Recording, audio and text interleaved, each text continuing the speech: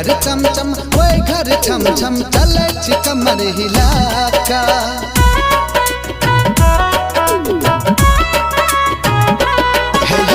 आमद के चटनी पीसे छी हरियर मरचा लहसुन मिला का। ओए घर चमचम ओए घर छम छम चले छी कमर हिला का। घोघ दरेसा मुस्कान डाल लिए जान जान जान हमर जान लगलिए। जान जान जान हमर जान लगलिए।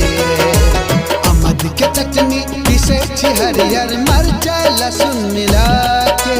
ऐ घर चमचम वै घर छम छम चले छी कमर हिला के। घोघ दरेसा मुस्कान डाल लिए जान जान जान हमर जान लगलिए। जान जान जान हमर जान लगलिए। आमद के चटनी पीसे छी सजनी।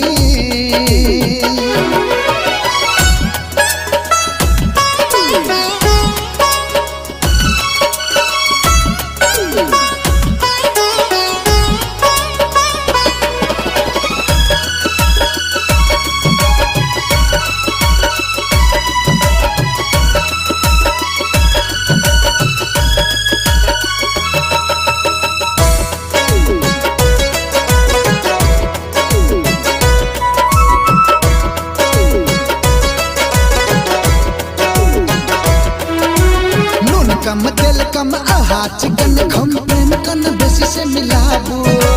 निहुर निहुर के झाड़ू मारे छी बहिया कमे डोलाबू। बहुत सुंदर लगे छी कसम से। नून कम तेल कम आहा चिकन खम प्रेम कन बेसी से मिलाबू। निहुर निहुर के झाड़ू मारे छी बहिया कमे डोलाबू। बोरहन फेंकैला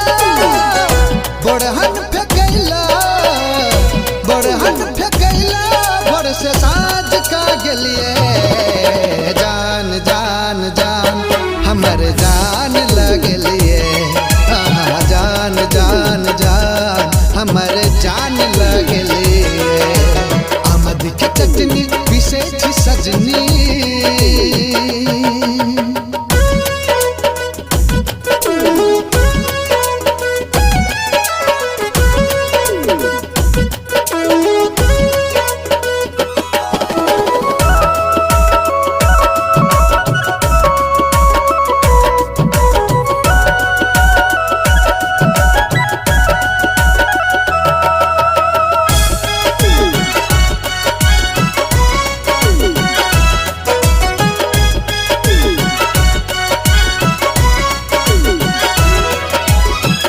में पायल हाथ में कंगना बिंदिया बड़ चमकैया।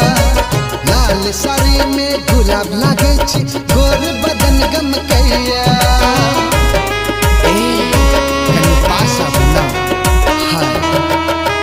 पैर में पायल हाथ में कंगना बिंदिया बड़ चमकैया। लाल साड़ी में गुलाब लागे छी गोर बदन गमकैया। देहसा सटैला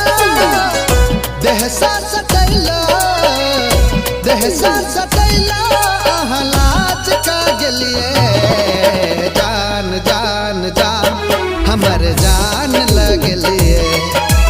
जान जान जान हमर जान लगलिए।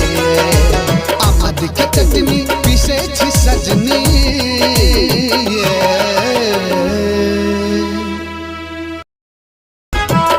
के चटनी पीसे छी हरियर मरचा लहसुन मिला का। ऐ घर चमचम ओए घर छम छम चले छी कमर हिला का।